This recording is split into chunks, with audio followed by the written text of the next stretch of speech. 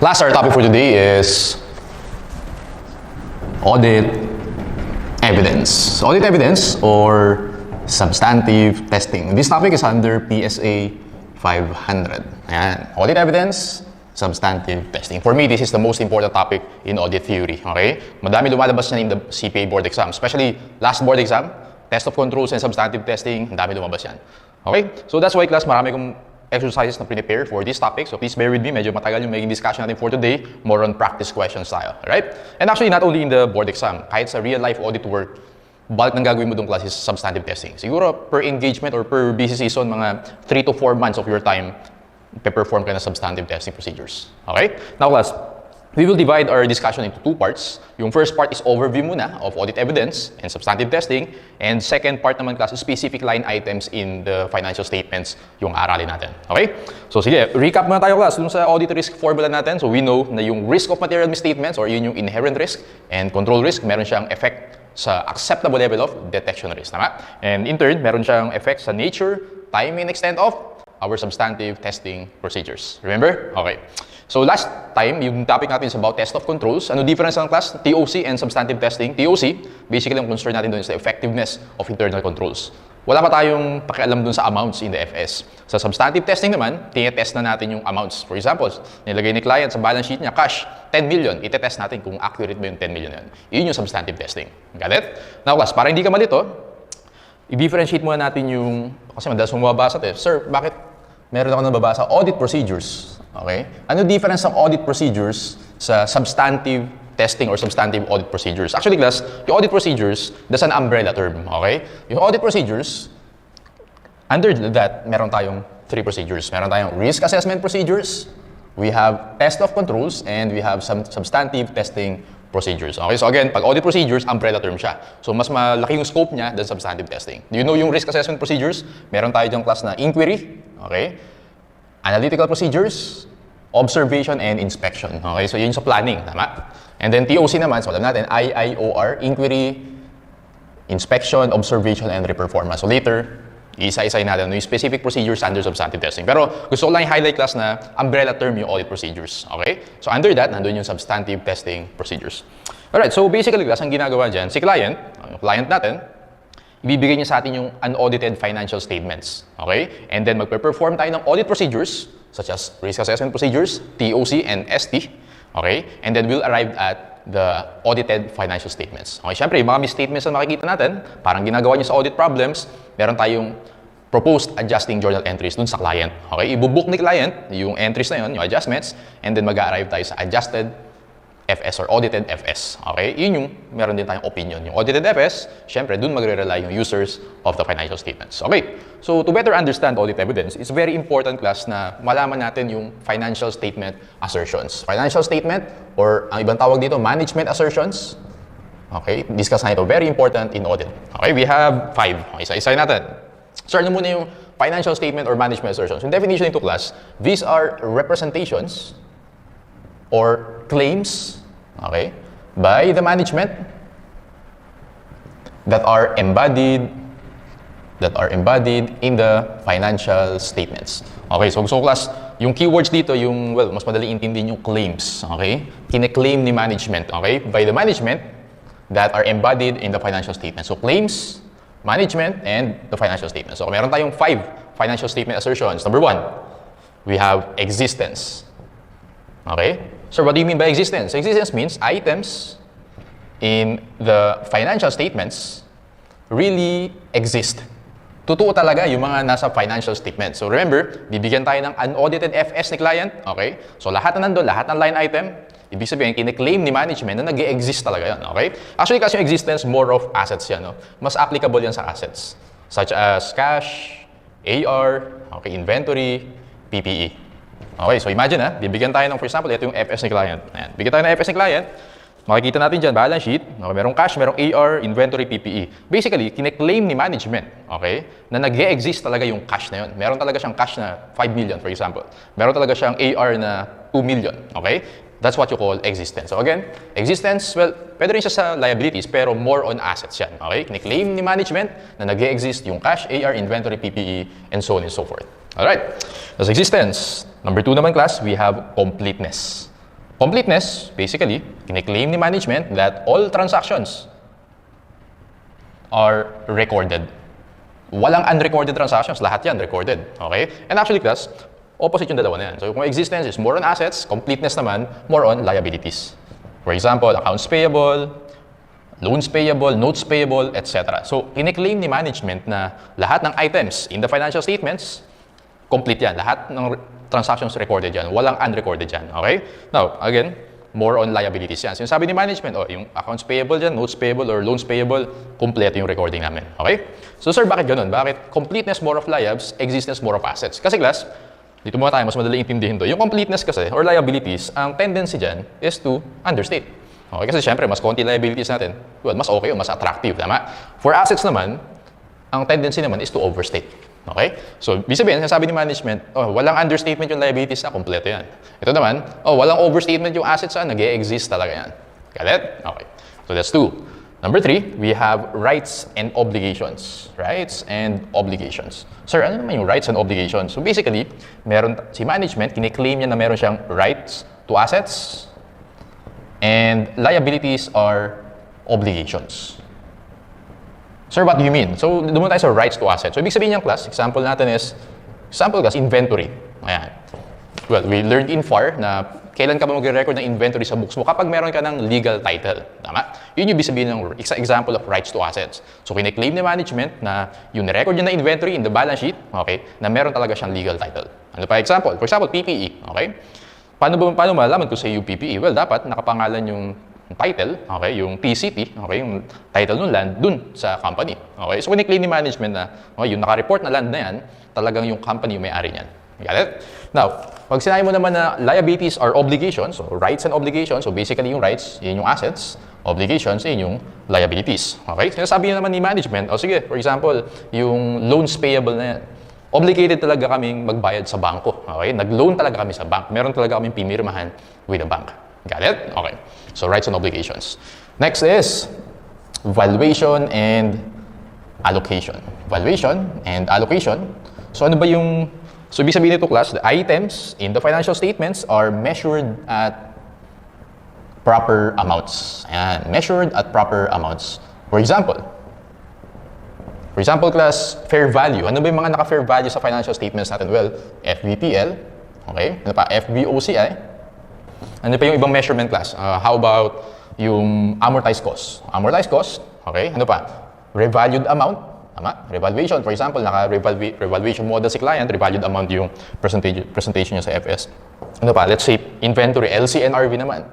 So basically, kiniklaim ni management na yung amounts na naka-record sa financial statements, okay, are accurate, okay? Valuation and allocation. Lahat na naka-measure dapat sa fair value, such as these ones, naka-fair value yan. Okay? Yung PPE namin, naka-revalued amount, amortized cost, and inventory namin, naka-LCNRV. That's what you call valuation and allocation. Actually, class, yun yung valuation. Yung allocation, more of, yan yung depreciation and amortization. Okay? So, ayan. That's valuation and allocation. Last one. Last one is, you have presentation and disclosure. Okay? Presentation and disclosure. Basically, sinasabi ni management na, well, naka-present na maayos yan. Okay? Meron current assets versus non-current assets. Okay? Current liabilities versus non-current liabilities. Naka-disclose lahat ng kailangan i-disclose sa notes to financial statements. Okay? Ayan, yun ibig sabihin ng presentation and disclosure. Okay? Disclose lahat ng maayos. Okay? Naka-present lahat ng maayos in the financial statements. Actually, class, indirectly, no? So again, pag substantive testing per line item, so cash, AR, inventory, tinetest natin yung amounts dyan.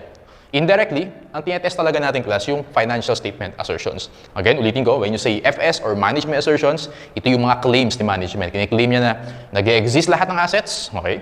Complete lahat ng liabilities, meron siyang right sa assets, meron obligated talaga siya sa mga liabilities, properly valued, okay, and recorded, proper yung depreciation and amortization, and naka-present ng maayos lahat ng line items, and naka-disclose lahat ng relevant disclosures in the financial statements. We call them the financial statement assertions. Okay? Now, class, sa ibang reference books, hinihiwalay pa yung assertions related to balance sheet and assertions related to income statement. Okay? So, pakita ko na rin sa'yo para di ka malito. Actually, class, lahat yan, hindi discuss natin, related sa balance sheet yan. Dahil ko dito, balance sheet. Lalagay ko dito yung equivalent niya sa income statement. Okay? Pero same explanation yan. Okay? So, lagay ko lang, FYI na lang to. Sa income statement, kung meron kang existence sa balance sheet, sa income statement, ang tawag naman dito is cut-off. Okay? Cut-off assertion. Pero same na sila. Cut-off existence, kamukha lang explanation yan. Completeness sa balance sheet, actually completeness din sa income statement. Rights and obligations sa balance sheet, for income statement, yung counterpart niya is occurrence, yung tawag, occurrence. Valuation and allocation, for income statement naman, accuracy, yung tawag dyan. And then, presentation and disclosure for income statement, ang tawag naman dyan is classification. Okay, so FYI na lang class, so tandaan nyo na lang yan, yung mga equivalent income statement assertions, pero basically, again, kung ano yung explanation ko sa balance sheet, iyon din yung sa income statement. Got it? Okay, so ang difference na kasi nila, pag balance sheet, syempre, year-end yun eh. Tama, as of balances yan eh. Pag income statement naman, for the year, for the period. Alright? Sige, so, mamaya, apply natin yung mga assertions na yan as we answer our handouts. Okay, now, in audit, our main objective as auditors, syempre, is to provide an opinion. Tama? Provide an opinion on the financial statement. So basically, magko-comment tayo, magbibigay tayo ng opinion kung reliable ba or hindi yung FS ng client natin. Okay? For the benefit of the users of the financial statements. Tama? So sir, paano tayo makapagbigay ng opinion? We have to find audit evidence.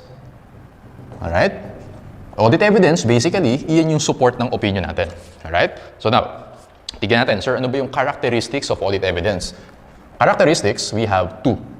Lahat ng audit evidence na i-gather natin as auditor must be sufficient. Ibig sabihin ng sufficient class, enough. Okay? Sakto yung kukunin natin evidence. Hindi masyadong marami kasi pag sobrang dami, baka maging inefficient, maging costly yung audit natin. Tama? Hindi rin masyadong konti, baka naman hindi ma-support yung opinion natin. So, sufficient yan. Okay? When you say sufficient, this relates to the quantity of audit evidence. Tama? Dalawa yung characteristics. First is, audit evidence must be sufficient. Second is, dapat appropriate yung audit evidence natin. When you say appropriate, dalawa yung class. It must be both relevant and reliable. Okay? Again, dapat masusupport niyan yung opinion natin. So, dapat relevant and reliable. Yung appropriateness class, if yung sufficiency is for quantity, appropriateness naman relates to the quality of audit evidence. Well, sufficiency or quantity, appropriateness or quality, at the end of the day, lahat yan magdidepend sa professional judgment of the auditor. Alright? Professional judgment. Okay, now, we have characteristics. Sir, ano naman yung nature of audit evidence? Well, lahat ng evidence na kukunin natin during the course of our audit, again, persuasive evidence yan. Rather than conclusive. Tama? So, natutunan natin ito nung first part of our discussion sa audit theory. So, again, yung persuasive evidence, okay yun. Hindi natin kailangan ng conclusive evidence. Diyan din papasok class yung concept of reasonable assurance. Since persuasive, tama? Hindi tayo pwede magbigay ng absolute assurance. Kung kukunin mo is conclusive evidence, yun, pwede yun. Kaya lang, very inefficient yung audit mo pag ganun. Alright? And then last one class is types of audit evidence. So, meron tayong characteristics, we have nature, and last one is types of audit evidence. Dalawa to, okay? Number one, accounting records. Accounting records.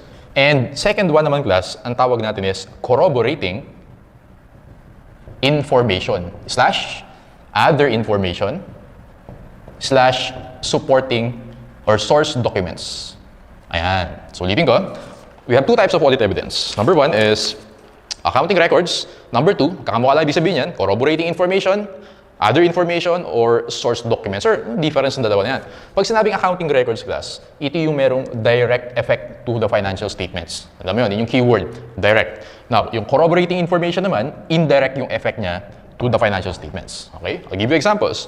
For example, class, yung general journal natin. Hindi ba kung ano yung nandyan, yun yung nasa FS. Tama?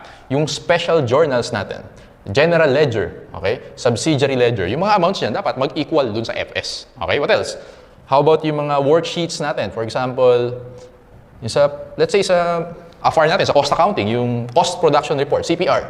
Di ba yung cost nun, makakompute natin dun, yun yung magiging cost ng inventory mo in the balance sheet or magiging cost of goods sold mo in the income statement. Okay? So pag may direct effects sa financial statements, ang tawag natin doon class, accounting records. Kapag indirect effect naman, ang tawag natin doon, corroborating. Ano ibig sabihin ng corroborating? Ibig sabihin, supporting. Okay? Supporting information, other information, or source documents. For example, purchase order.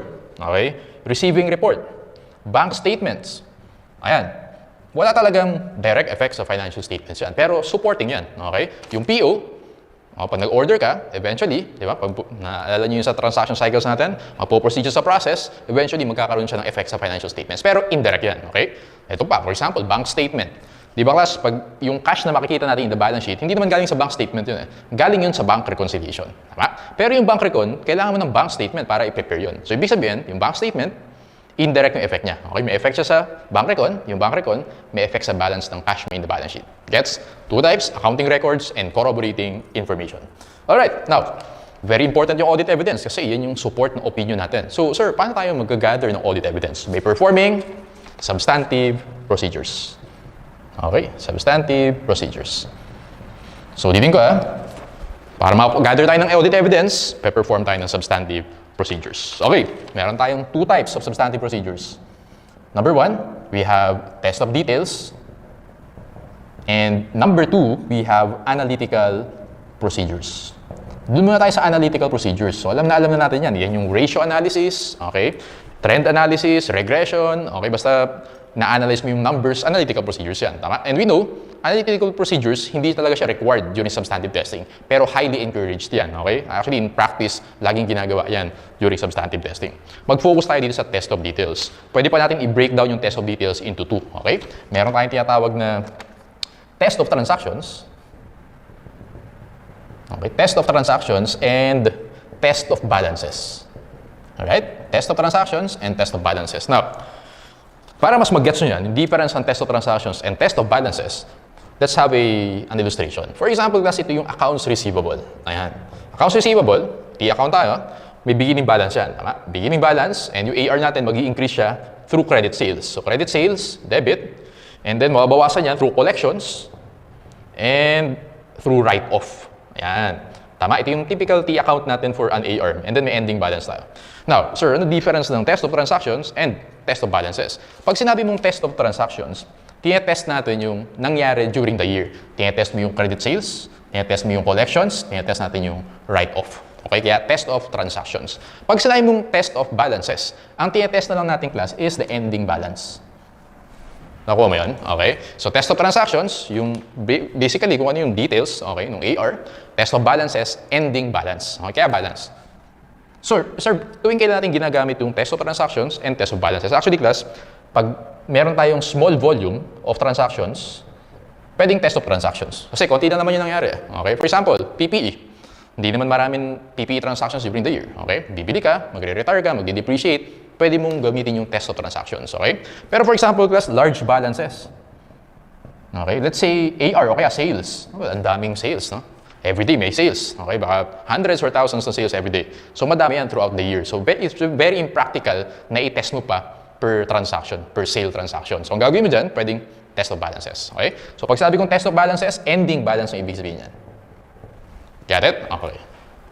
Sige, now, balik tayo dito. So, kung sa risk assessment procedures, meron tayong inquiry, analytical procedures, observation, inspection, TOC, inquiry, inspection, observation, performance. For substantive testing naman class, for substantive procedures, ito naman yung specific procedures under that.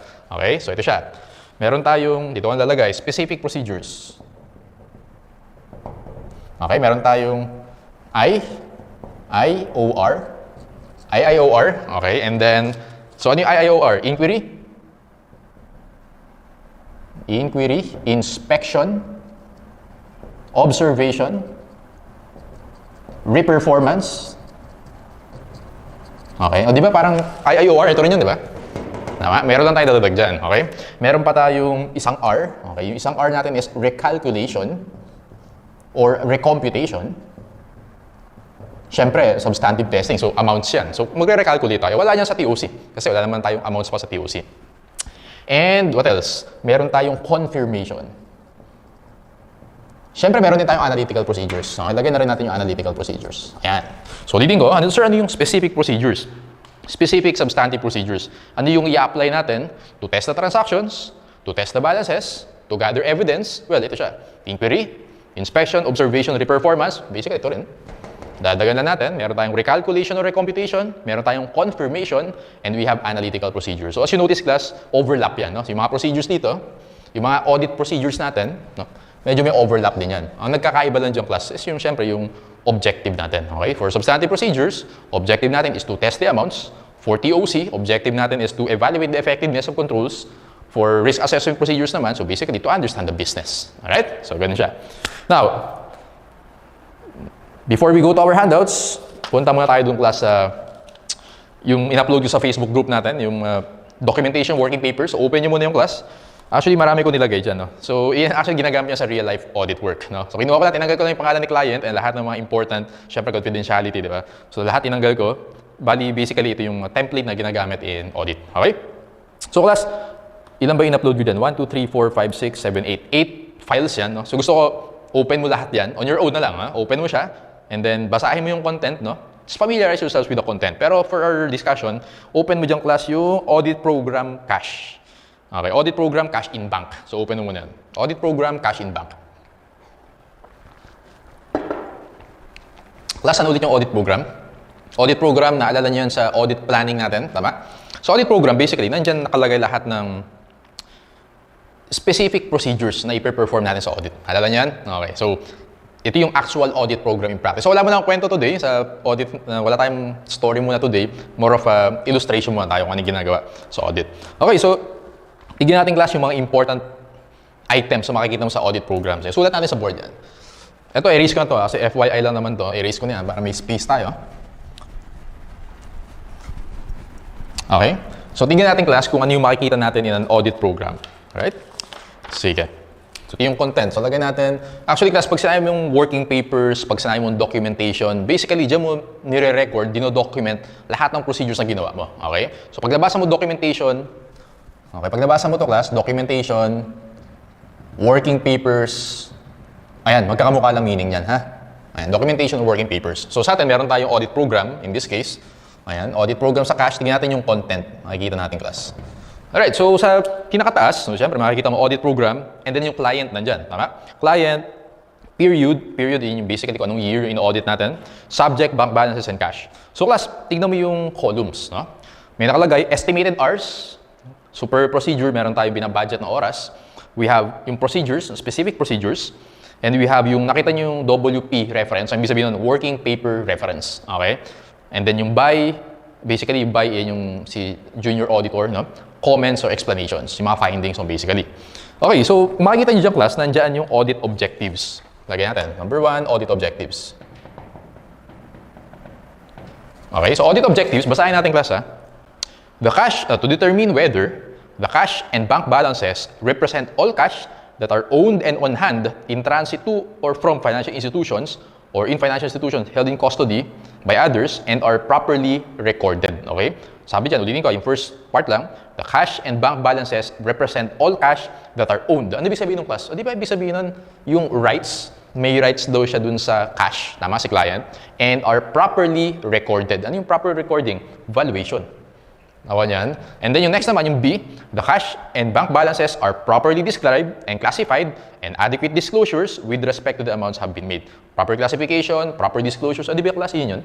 Presentation and disclosure. Tama? So, ibig sabihin class, yung audit objectives na makikita natin in an audit program relate to the assertions or claims by the management. Does that make sense? Okay. Now, ito yung audit objective. Yun yung gusto nating malaman. Tama? Gusto nating malaman for cash, rights, valuation, presentation, disclosure. Ano yung procedure na i-apply natin? Yun yung nasa next item. Substantive procedures. So, ayan. Analytical review. Okay? Compare the balances of each significant cash and cash equivalent with a comparable balance, blah, blah, blah. Trace the opening balances. Compare the ratio. Di ba? Analytical procedures yun. Ayun, no? Ito siya. Okay? Ano? Palakalagay dyan. Trace the opening balances, relate changes in working capital, and so on and so forth. So, basically, class, meron tayong audit procedures, meron tayong audit objectives, and then meron tayong related substantive procedures, substantive testing procedures. Okay? So, ayan. So, gusto natin i-test yung audit objectives by performing these related substantive testing procedures. Got it? Okay. Now, class, gusto ko makita mo na for cash, di ba ang haba ng document na yan, 7 pages. So, ang daming nakalagay na procedures. So, tingin mo, basahin natin ng konti. Have the client prepare standard bank confirmation, control mailing of first request confirmation. Ito yan. Okay, so analytical procedures, confirmation, what else? Ano pa gagawin? Obtain representation from client, summary, obtain a copy of bank recon, etc., etc. So, ang dami. So, ngayon, medyo nagigets nyo na kung bakit matrabaho sa audit. Okay? Kung bakit laging overtime doon, especially during busy season. Kasi per line item, cash pa lang pinag-uusapan natin dito. So cash pa lang yan. Pero ang dami mong procedures na i-apply to test the assertions. Okay? For cash. Nakuha mo yan? Okay? So ayan. So ito yung audit program. Siyempre, huwag natin basahin lahat kasi ang dami-dami yan. So gusto ko lang makita mo lang, ma-appreciate mo lang yung nakalagay dyan. Okay? And then we have babang-baba. Doon punta ka sa last page. Sa last page, okay, sa last page natin, nakita mo yung audit conclusion. Okay, so audit conclusion. So after all the procedures na perform natin, okay, may conclusion tayo dyan. So nakalagay, based on the substantive test procedures I performed as outlined above, it is my opinion that the audit objectives set forth in the beginning of the audit program have been achieved except as follows. So yung mga nakita mo na may discrepancies, no? May mga misstatements, ilalagay mo dyan dyan. Okay, so may conclusion na, very important. And then nakita mo dyan yung may date, merong associate, so yung associate, siya yung junior associate, merong senior associate, merong manager, and merong partner. So bakit may ganyan? Kasi class, si associate, pipirmahan yan. Ibig sabihin, pag pinirmahan yan, it means na-perform na niya yung audit procedures. Pag pinirmahan ni senior associate yan, it means na-review na ni senior associate yung ginawa ni junior associate. Okay? Pag pinirmahan ni manager yan, si manager kasi more of major issues na lang yan. So pag pinirmahan ni manager yan, it means na-review na niya yung major issues na na-encounter for cash. Got it? Ngayon, si partner, hindi niya titignan yung mga procedures na. Siyempre, partner na siya. So pag pinirmahan ni partner, ibig sabihin, sige, approve na yan. Ibig sabihin, pwede nang i-reflect yung balance ng cash na yan dun sa financial statements. Got it? Okay. So, ayan. So, yun yung mga signatures nila. Very important yan, no? Lagay ko dito, signatures. So, again, signatures ni associate. Pag sabi associate, junior associate, senior associate, manager, and partner. Okay, so class, balik ka dun sa first page. Ayan, first page. Di ba, meron tayong different columns. Lagay na rin natin yan. Estimated hours. Okay, so, lagay natin estimated hours. What else? Procedures. Lagay ko na procedures. Working paper reference. Sir, ano ibig sabihin ng working paper reference? Kasi class, yung cash na yan, may related yan sa ibang line items in the financial statements. For example, AR. Di ba? Pag nag-collect ka ng AR, may cash din yun. Tama? Pag nag-buy ka ng accounts payable, may related cash yun. Yun yung ibig sabihin ng working paper reference. Kasi may mga certain items, for example, tinest mo yung cash, okay? Somehow natetest mo na rin yung AR, okay? May overlap minsan yan, okay? Siyempre, ibig sabihin, pag tinest mo yung collections, natetest mo na rin yung AR. Gets ba? So, ibig sabihin ng working paper reference, kapag may related line item ka na na-test, for example, accounts receivable, ilalagay mo dyan yung reference. Cross-referencing siya or indexing yung tawag. Okay? So kaya class, very important na talagang organized ka kapag nag-audit ka. Huh? Properly documented, madaling intindihin ni senior associate yung gagawin mong documentation. Okay? Ayan. So tingin pa tayo class ng ibang files na sinend ko. So that's audit program for cash in bank. Open natin yung AR confirmation. Okay, AR confirm and the aging of AR na lang kaya. Aging of AR. Ayan. So, aging of AR, yan muna, aging of AR. Ito naman specific naman to class. Kasi sa AR, pag audit program na AR, di ba marami kang procedures dun no? Yung specific procedure dun, okay, one of the procedures for AR is aging. Ito yung example ng documentation for aging. Okay, Excel document naman siya. Excel file. So, nakalagay dyan, may client, no?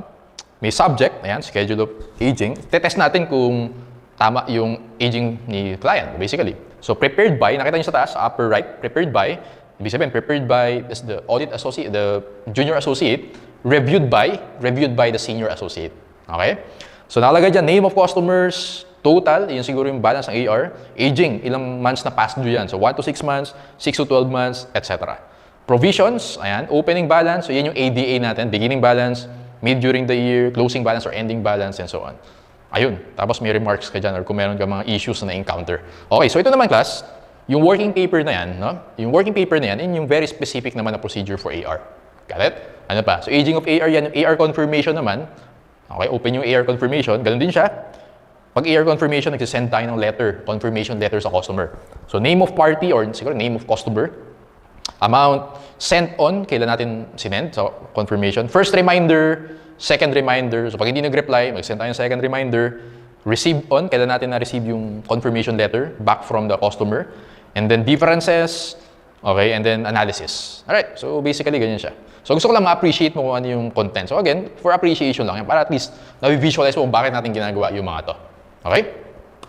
And, yun lang. So yung iba, sige, dun, open nyo na rin class yung cut-off procedures for purchases. Cut-off procedures for purchases, meron tayong, ano yung nakalagay, may client, meron tayong subject, o year-ended, goods received, okay, supplier's name, description of goods, invoice, Ayan. And then, kailan natin binili? Okay, basically. And actually, yung cut-off procedure, yan yung class yung sa December 31, kung malalaman natin if sa atin ba yung inventory or hindi. Okay, so yung legal title, basically. Analyze natin yung shipping terms, shipping point ba yan, or destination, blah, blah, blah. Okay, so yun yung mga specific procedures. So class, again, yung mga in-upload ko sa group, ang tawag natin dyan, mga working papers, okay, or documentation. So lahat ng gagawin natin sa audit, i-document natin. Ang pinaka-important doon, meron tayong objective, okay, para ma-meet yung objective na yan, mag-apply tayo ng procedures. After that, tignan natin ano yung conclusion natin, and syempre, pa-review natin sa senior associate natin yan, manager, and eventually signature ni partner. Okay? So ayan. So yeah, so make sure class na open mo lahat ng documents na sinend ko just for appreciation purposes lang. Okay? Sige. Now, let's go to our handouts muna class, no? Actually, meron pa akong i-mention later na konting lecture, pero handouts muna tayo. Get your handouts. Let's go to number 1 muna tayo. Audit evidence part 1. Okay, financial statement assertions. Alright. Number 1. The information obtained by the auditor in arriving at the conclusions on which the audit opinion is based is called A. Audit working papers. Nope. Audit assertions, nope. Audit evidence, audit standards, audit evidence, letter C. Okay? Information obtained by the auditor. Okay? In arriving at the conclusions, audit evidence yun. Saan natin yung document? Sa audit working papers. Yung kakatingin lang natin. Ito. Okay? Audit assertions naman, yun. Yun yung ino-audit natin. So, for number 1, it's letter C. Number 2, the major reason for an independent auditor gathers evidence is to, syempre, kailangan natin ng evidence to form an opinion on the financial statements. Letter A. Form an opinion on the FS. Not to detect fraud, not to evaluate management or internal control. Yung major reason natin is, again, opinion on the financial statements.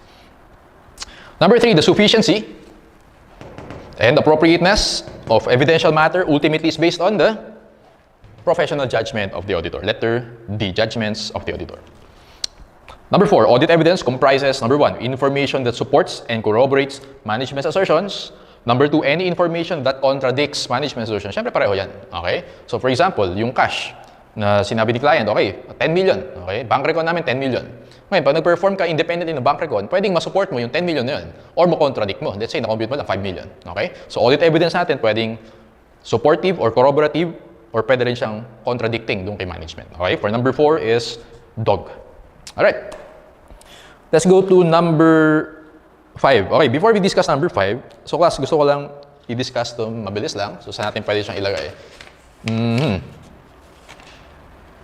Sige, so ito gusto ko i-retain. I-retain natin to. Class, this one, okay lang? I-erase ko na rin to.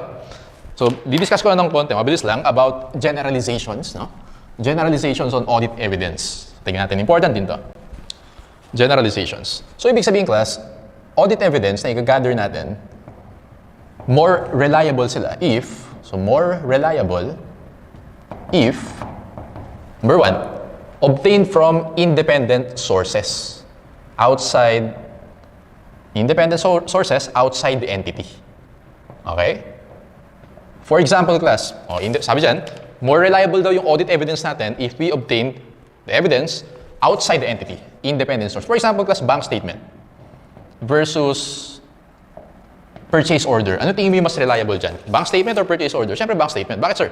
Kasi yung bank statement galing sa third party yan. Independent yan, galing sa bangko. Yung purchase order naman, galing kay client yan, sa loob ng company. Okay? So, mas reliable yung bank statement. Kaya sabi dyan, mas reliable daw, more reliable if galing siya sa independent sources outside the entity. Okay? Number 2, more reliable if the internal controls are effective. Okay? Obviously, pag effective yung internal controls natin, mas reliable yung mga documents, okay? The receiving report, the sales invoice, etc. Compared to if weak yung internal controls natin. Number 3, obtained directly by the auditor. Obtained directly by the auditor. For example, class, observation versus inquiry, okay? For example, gusto mo malaman if yung equipment ni client talagang nag-e-exist. Meron talaga. Okay? So, ang ginawa ni auditor, nag-observe siya or nag-inspect siya versus nag-inquire siya. Tingin mo ano yung mas maganda dito? Observation or inspection? I think mas maganda inspection. Inspection versus inquiry.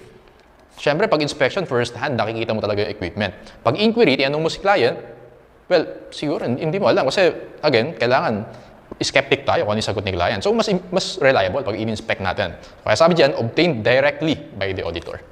Alright?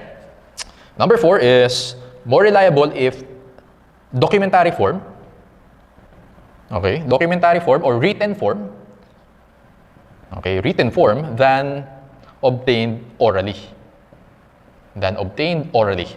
Okay, no, ito self-explanatory kasi kung hihingi tayo ng document kay client, for example, receiving report, okay?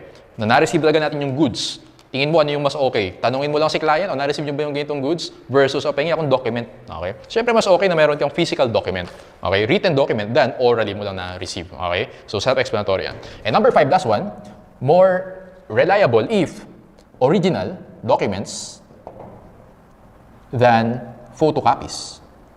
Okay? Obviously, syempre, mas okay yung original documents. Mas authentic yan than photocopies. Okay? So, yung nilista ko na ito, class, 1, 2, 3, 4, 5, ito yung generalizations natin as to reliability of the audit evidence. Got it? Let's go to number 5. Which of the following is correct about appropriateness? Class, ano ibig sabihin ng appropriateness? Relevant and reliable. Tama? Audit evidence from external sources is more relevant than evidence generated internally. Actually, okay sana kaya lang hindi relevant. Reliable dapat. Audit evidence from external sources, this one, yung number 1 natin, is more reliable. Okay? So, lagyan mo dyan, reliable. Letter B, audit evidence is more persuasive when items of evidence from different sources or different nature are not consistent. O dapat are consistent. Okay? Nakalagay, not consistent. Hindi. More persuasive siya, okay, if they are consistent. Okay? So, mali yung boy. Letter C, audit evidence generated internally is more reliable when the related accounting and internal controls are effective. Okay, obviously, that's correct. Ito yung number 2 natin.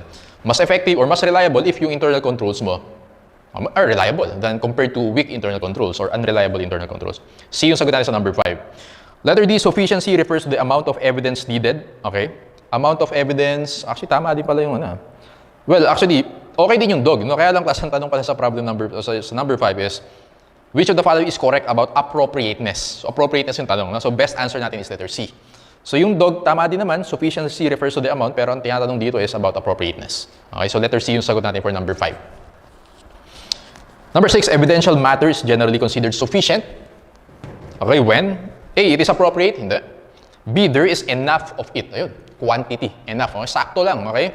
Ibig sabihin, hindi sobra, okay? Hindi rin kulang, dapat sakto lang yung quantity na makuha natin. Letter B yan. There is enough of it to afford a reasonable basis for an opinion on the financial statements. Okay? Boy. Letter C, it has the qualities of being relevant, blah, blah, blah. It has been obtained by random selection. Boy for number 6.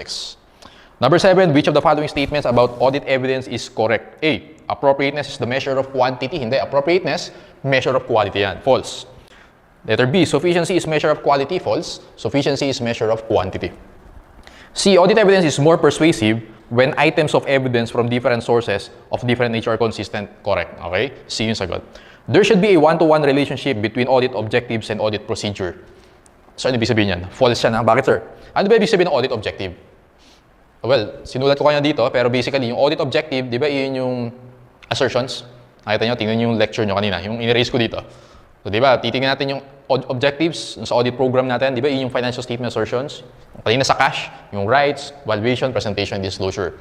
Now, sabi dyan, dapat daw one-to-one relationship, yung audit objectives or yung assertions and procedure. Hindi. For example, class, ang ginawa natin, yung inspection, okay? Ako si auditor, no? Auditor. In-inspect ko kung ni-record ni client sa books niya kasi nakalagay doon, meron daw silang laptop, no? Worth, let's say, 20,000. Nasa books yun. Equipment, laptop.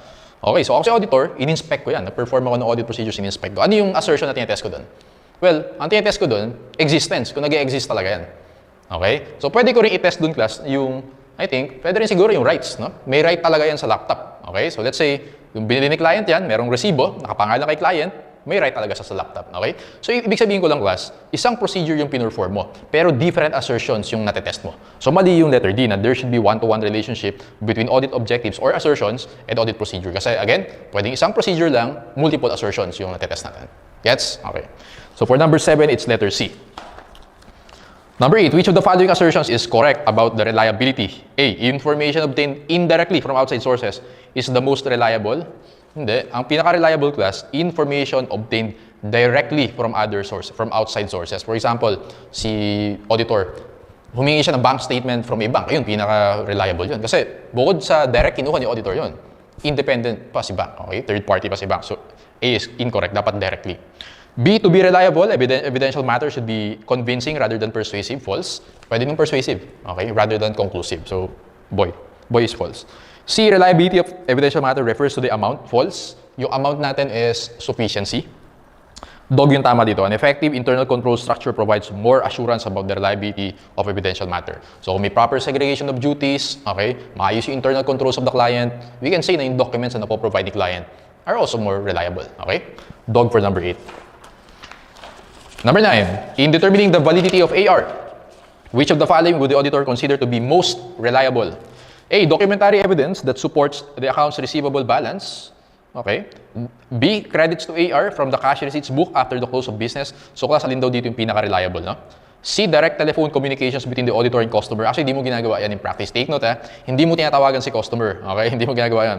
Actually, ang ginagawa mo dyan is dog. Confirmation replies received directly from customer. Sir, bakit reliable yan? Una, yung confirmation replies, ikaw yung naka-receive. Okay? Ganito yung class, eh. So, literally, sa audit, no, pag ako si junior associate, meron tayong confirmation letter. Okay? So literally, gagawa tayo ng letter. Okay? Piprint tayo niyan, lalagay natin sa envelope, no? And then, isa-send natin kay customer. Okay? Ganun talaga ginagawa. So confirmation letter. So literally, may letter na marireceive si customer. Hindi email, no? So pwede rin email, pero dapat lagi kang may hard copy. Kasi mas okay sa audit na may hard copy, no? So marireceive ng customer to, and then ibabalik sa'yo. Ganun yun. So yun yung ginagawa natin for AR. Confirmation replies received directly from customer. So dapat sa'yo i-address ni customer. Ikaw makaka-receive ng letter na yun. Okay? Dog yung answer natin.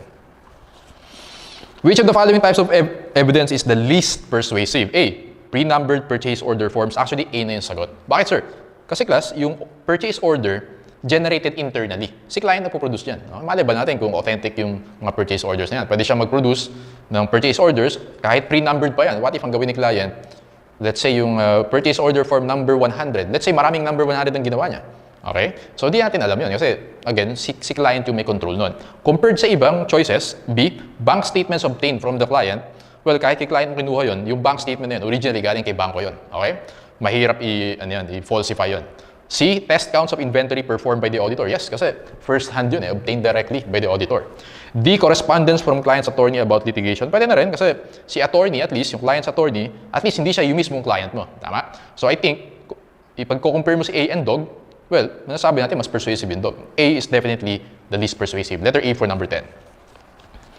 Number 11, which of the following forms of documentary evidence would be considered the most reliable? A, internally generated, nope. Pre-numbered, nope. Easily duplicated. Best answer dito, most reliable is dog. Authorized by a responsible official. Okay? Pag may proper authorization, well, related sa internal control yan. Ibig sabihin, maganda yung internal control. Ayun, mas reliable yan. Gets? Number 12, in the context of an audit of financial statements, substantive tests or substantive procedures are audit procedures that A, may be eliminated under certain conditions. Actually, class, hindi natin may eliminate yan. Bakit, sir? Kasi naalala niyo ba yung discussion natin last time? Yung control risk natin, pwedeng at maximum or pwedeng below maximum. Pag at maximum, diretso ka substantive testing. Tama? Pag below maximum, TOC muna, then substantive testing. Either way, nagpe-perform tayo ng substantive testing. Therefore, A is not correct. Hindi siya pwedeng i-eliminate. Okay? Boy are designed to discover significant subsequent events. May either be test of transactions, test of financial balances, or test of balances and analytical procedures. That's correct. Letter C for number 12. Dog will increase proportionately with the auditor's assessment of control risk. Actually, class, for me, hindi accurate yung dog eh. Kasi we know na yung control risk and detection risk are inversely related. Okay? So, hindi increase proportionately. Tama? Inverse dapat yung, inverse dapat yung relationship. But C, for me, yun yung talagang accurate. Most accurate answer. Best answer natin. Again, substantive procedure, pwede siyang test of details or analytical procedures. Pag sinabi mong test of details, test of transactions, and test of balances. 13, the objective of test of details, to perform a substantive test is to A, comply with generally accepted auditing standards. B, attain assurance about the reliability of the accounting system. Detect material misstatements. Yun talaga, letter C. Okay? So again, gusto natin mag-detect ng material misstatements if there are any in order for us to provide an opinion on the FS. Letter C. Dog, evaluate whether management's policies and procedures operate effectively. Answer dito class is letter C. 14, which of the following is the best example of corroborating evidence? Nasaan yung corroborating evidence? Ito, corroborating information. Pag sinabi mong corroborating, indirect yan. Okay? A, general journal. Hindi, accounting records yan. B, worksheet cost allocations. For example, yung cost of production report. Hindi, accounting records yan. Purchase orders, ayun. PO, corroborating information. Cash receipts journal, ito siya. Well, yun yung mga special journals natin. Accounting records. Letter C is the answer. So class, examples ang nilagay ko dyan. Siyempre, marami pang pwede yan. So basta accounting records, merong direct effects sa FS, corroborating information, indirect yung effect niya sa FS. Okay, let's go to number 15. Which of the following is an example of other information? Ito, corroborating information, other information. Same lang yan. That could be used by an auditor as evidential matter. A, worksheet, nope. Ano yan? It's an accounting record. B, confirmation of AR. That's correct. Okay? Confirmation of AR, basically, hindi naman yan, wala siyang direct effects sa FS, no? Special journals, cash receipts journals. Okay? These are accounting records. Boy for number 15. Okay, 16 management's assertions are A, stated in the footnotes of the FS, implied or expressed representations about the accounts and the financial statements. Boy yan. Pag sinabi mo assertions, these are representations or claims by the management embodied in the financial statements. Okay, so boy, pwedeng implied or expressed. Okay, so boy yan for number 16. C, explicitly expressed representations provided the auditor, boy for number 16. Number 17, which of the following statements is true? The auditor's objectives follow and are closely related to management's assertions. That's correct. Okay? So again, sa audit program natin, yung inopen natin kanina, yung cash in bank, nakalagay doon audit objectives. Audit objectives muna and then nandun yung assertions. Okay? That's why answer dito class is letter A. Okay? Mali yung boy kasi nakalagay dyan, management's assertions follow and are closely related to auditor's objectives. Baliktad. Okay? Auditor's objectives yung magpa-follow sa assertions. Got it? So nakita naman natin sa audit program earlier. Letter A for number 17. Letter C, tingnan din natin na, auditor's primary responsibility to find and disclose fraud. Nope. Assertions about presentation and disclosure, blah, blah, blah. A for number 17. Number 18, which of the following statements is true? A, the evidence which the auditor accumulates remains same from audit to audit, but the general audit objectives vary. False. Baliktad dyan.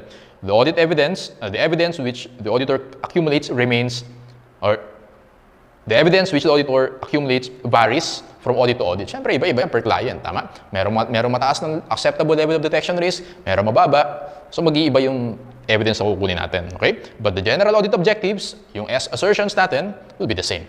Kaya baliktad yung A. Boy yung tama dito. The general audit objectives remain the same, okay? Yung assertions will remain the same, but the evidence varies depending on the circumstances. Boy for number 18. Okay, C, the circumstances may vary, but the evidence remains the same. False. The general objectives may vary. False. Letter B for number 18. Okay. Let's go to number 19. An auditor. Ito tayo. Mag-focus tayo dito sa assertions. Okay? So, mastery natin yan. An auditor most likely would review a client's periodic accounting for the numerical sequence of shipping documents and sales invoice. So, class, di ba yung shipping documents, yan yung evidence natin na na-ship na sa customer. Therefore, pwede na tayong mag-record ng sales. Okay? To support the management's financial assertion of. So, ibig sabihin, pag sabi mong periodic accounting, ibig sabihin kumpleto dapat yung shipping documents natin and sales invoice. Ano yung tinetest natin doon? Basically, tinetest natin yung completeness assertion. Okay? Tinetest natin, class, if complete ba yung recording ni customer ng sales and accounts receivable. So, again, sabi ko lang kanina, yung existence, more on assets. Pero, hindi 100%. Yung existence, pwede rin siya related sa liability. Okay? Pero, mas applicable lang siya sa assets. In the same way, yung completeness class, mas applicable siya sa liabilities, pero pwede rin sa assets. Okay? But most of the time, liabilities yan. In this case, for number 19, nakalagay dyan, i-reviewin daw natin yung sequence. Ibig sabihin, kung kumpleto yung shipping documents and sales invoice. Gusto natin i-test basically yung completeness assertion. Okay? Letter C.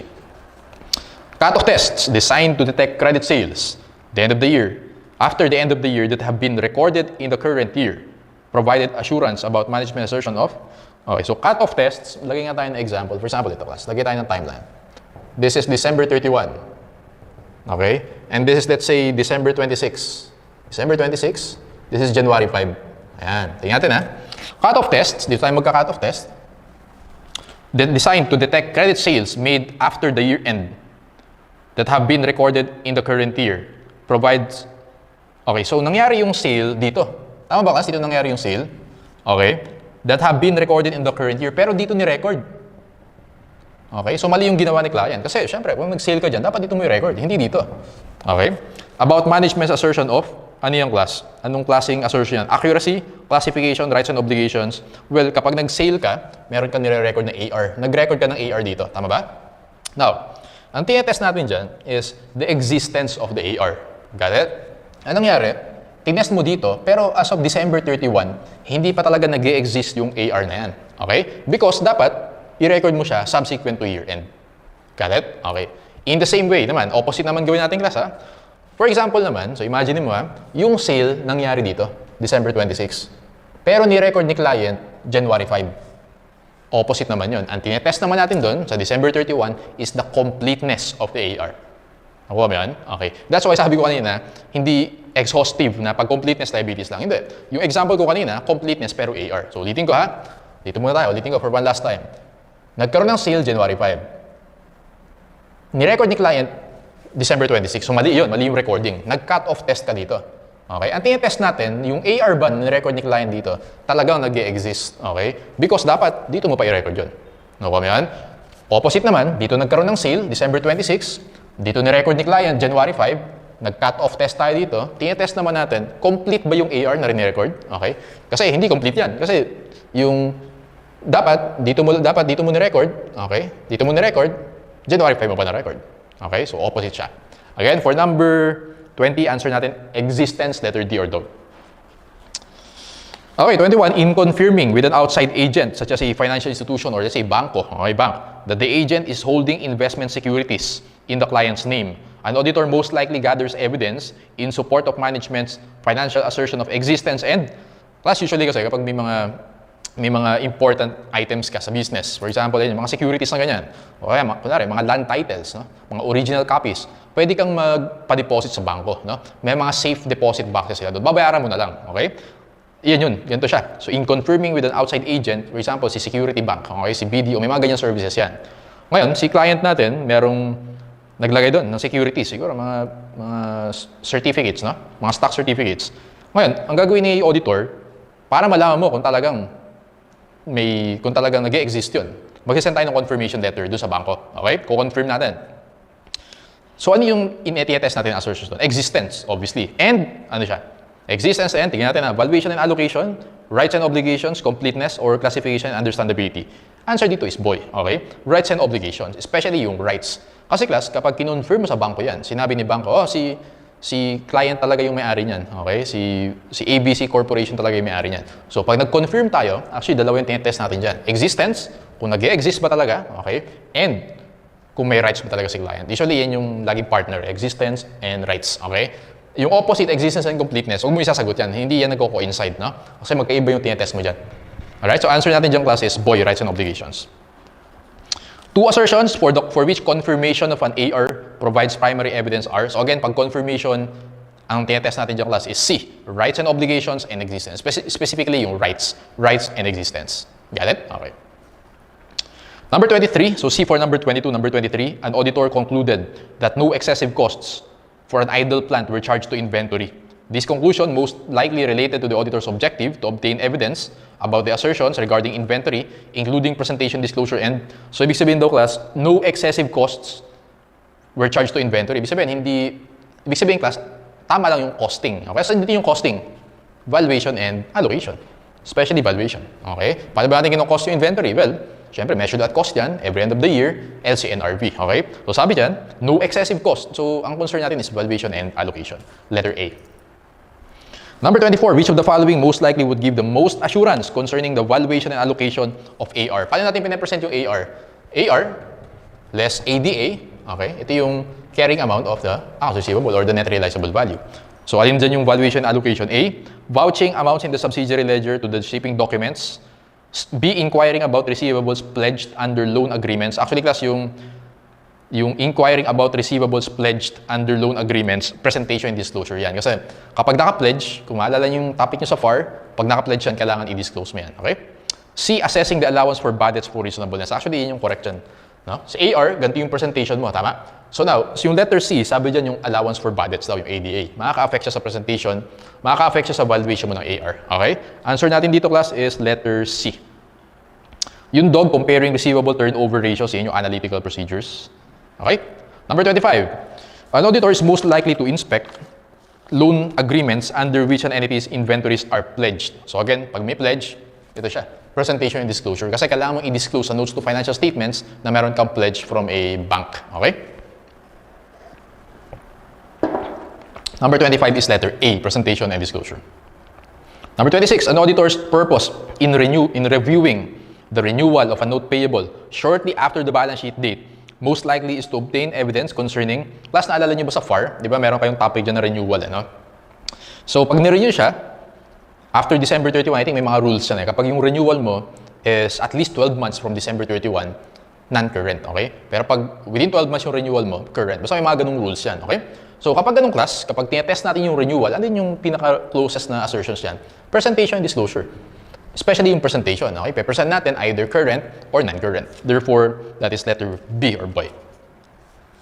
Okay?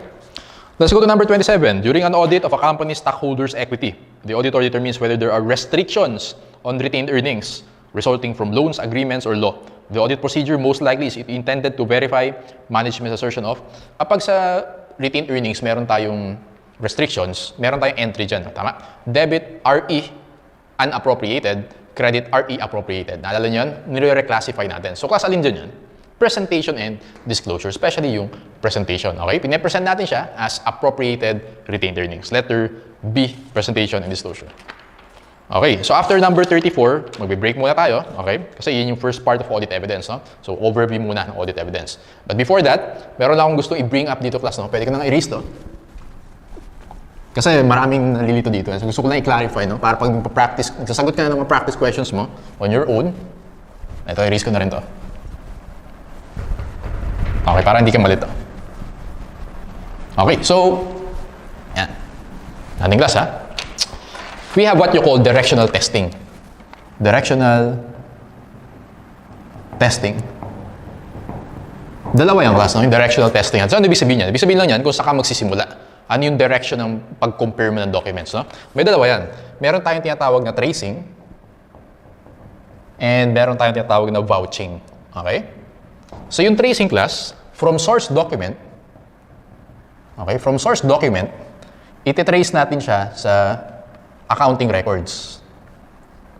Accounting records. Alright? Pag sinabi mo namang vouching, accounting records to the source document. Okay? Ibig sabihin ng source, well, kung saan siya nanggaling, tama? For example, class, yung purchase order. Okay? Source document yun. Ito muna tayo, ha? Sa tracing muna tayo. Let's say purchase order yung source document natin. Nag-order tayo, tama? This is a source document. And then, titrace natin sa accounting record. So, meron siyang effect dun sa, let's say, general journal natin. Tama? Pag sabing accounting record, direct effect sa FS yan. Okay? So, yung source document, yung pinanggalingan ng transaction, titrace natin dun sa general journal. Okay? Tingnan natin, uy, ito yung PO. For example, ito yung PO. Okay? Purchase order. Okay? So, titingnan ko to. Uy, may nakalagay dito. Nag-order ng 100 units. Okay? 100 pesos per unit. Titingnan ko kung na-record ba siya talaga sa general journal. Okay? Ang tawag doon, tracing. Got it? In the same way naman, yung opposite naman niya, vouching, no? So, general journal to PO. Okay? Ganito naman gagawin ka dyan. Titignan ko muna yung general journal. For example, ito. Uy, may naka-record dito na accounts payable. Tignan ko kung merong PO yan. Ayun, titignan ko naman sa PO. Ang tawag natin doon is vouching. Magkaiba class yung objective natin sa tracing or vouching. Because sa tracing, tanda mo, ang objective natin dyan is to test the completeness assertion. While for vouching naman, existence assertion. Okay? Bakit, sir? Ulitin natin. Pag tracing, PO muna. Okay? Titingnan ko kung na-record siya. Okay? Uy, may 100 units. 100 pesos per unit. Okay? Titingnan ko sa general journal. Titingnan ko kung completely na-record lahat ng purchase order. Kung na-record yung transaction na to. Okay? Kung complete yung recording niya. Pag naman yung vouching, uy, may naka-record dito. Nag-e-exist kaya yan. Kaya titingin ka kung may supporting document. Got it? So, ibig sabihin, class, kung completeness yan, alam natin dito, yung completeness, more of liabilities. Tama? Existence, more of assets. So, ibig sabihin, class, pag tracing, mas applicable yan sa liabilities. Okay? Pag vouching, mas applicable yan sa assets. Got it? And, sabi ko kanina, for existence, yung tendency is overstate. Tama? Sa assets yan. Para maging attractive yung FS natin, yung balance sheet natin, tataasan natin yung assets. So, yun yung tendency. Kaya, class, and then for completeness naman, ang tendency is understatement. Alright? So therefore, yung tracing class, ang gusto rin natin ma-detect dito is the understatement. Okay, understatement. While for vouching naman, ang gusto natin ma-detect dito is overstatement. Okay, so remember this, ha? Very important. So madalas magtanong ng ganyan. Tracing from source document to accounting records. Test natin completeness, more of liabilities, understatement. Vouching accounting records to source document, existence, assets, overstatement. Okay? So yes, so let's apply that to number 28. Number 28. In testing the existence assertion, nasan yun? Ito. Okay? An auditor ordinarily works from accounting records to source document. Answer natin is DOG. Accounting records to supporting evidence. Supporting evidence in source documents natin. DOG yan. Okay? 29. In determining whether transactions have been recorded. Okay? Ibig sabihin ng have been recorded, completeness. Okay? Para matest natin yung completeness, the direction of the audit testing should be from, magsimula muna tayo sa source document. Letter B, original source documents or the supporting evidence. Okay? Boy for number 29. Number 30, if the objective of the test of details is to detect overstatement, okay, the auditor's direction of testing should be from accounting records to source document. Letter B, accounting records to source documents. 31, tracing bills of lading to sales invoice provides that. Okay, so actually, ganito rin yata yung nilagay ko sa first pre-boards natin. May ganito rin yata. Tracing of bills of lading to sales invoice. Okay, magsimula ka muna sa bill of lading, which is a shipping document, to sales invoice. So gusto mo malaman if, letter D, shipments, kasi bills of lading, shipments yun, tama? To sales invoice, to customers were invoiced, letter D for number 31. Number 32, to determine that all sales have been recorded, yun yung completeness, the auditors would select sample of transactions from, so kapag completeness, tracing tayo, tama? So source documents muna tayo dyan. So kung gusto nating malaman kung recorded ba talaga, okay, ano yung titingnan natin? Well, answer dito plus is shipping documents, okay? Yung shipping documents, no?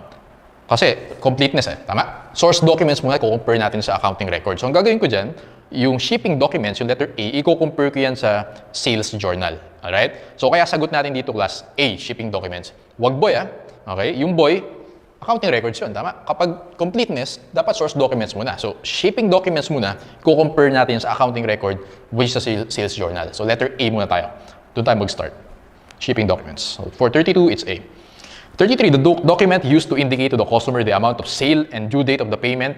Well, sales invoice yan, okay? So, nandiyan yung details of the sales, due date, kung may discount, or whatever, sales invoice. Number 34, a document prepared to initiate shipment, bill of lading, letter B, okay? Bill of lading yan, for number 34. Alright, so yun muna class, yung first part of audit evidence. So, later, after we take our break, specific line items naman in the financial statement. So, meron tayong cash, AR, inventory, mga procedures natin na gagawin doon. Okay? So, yeah. So, let's have a short break.